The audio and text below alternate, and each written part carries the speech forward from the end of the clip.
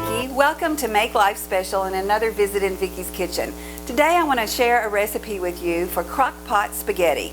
This is another example of a recipe that's easy to make with few ingredients, and all of the ingredients are easy to find.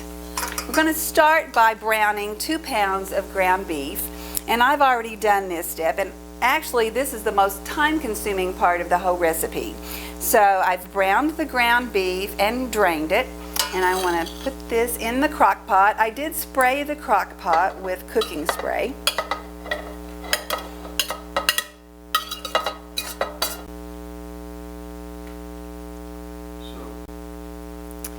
Now I'll add a 29-ounce can of tomato sauce. Next we add 6 cups of tomato juice, and when you're using tomato juice, always remember to give it a little shake before you pour it out. So we'll put in 6 cups of tomato juice. This is a 4-cup measure.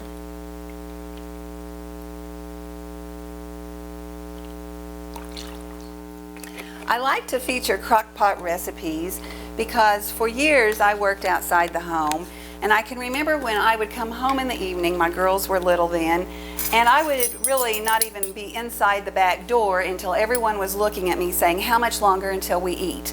So that's why I really came to rely on the crock pot. And I have a lot of really good crock pot recipes that I will be sharing with you along the way. Next we're going to add a tablespoon of Italian seasoning and sprinkle that in. And last we just hit this with a little salt and pepper. And we'll give it a quick stir. This recipe can be cooked on low for 6 to 8 hours or on high for 3 to 5 hours.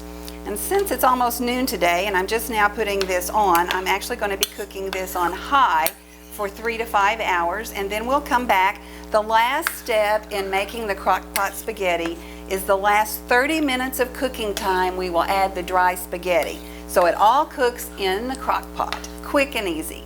Hi, we're back to finish up the crock-pot spaghetti. This is cooked all afternoon on high, and you can see it's just bubbly and wonderful.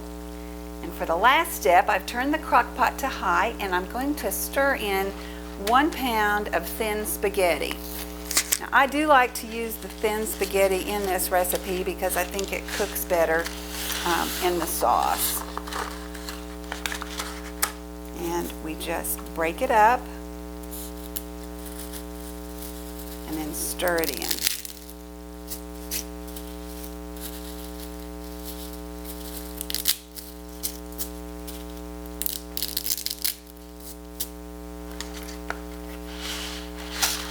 And we will use the whole package today.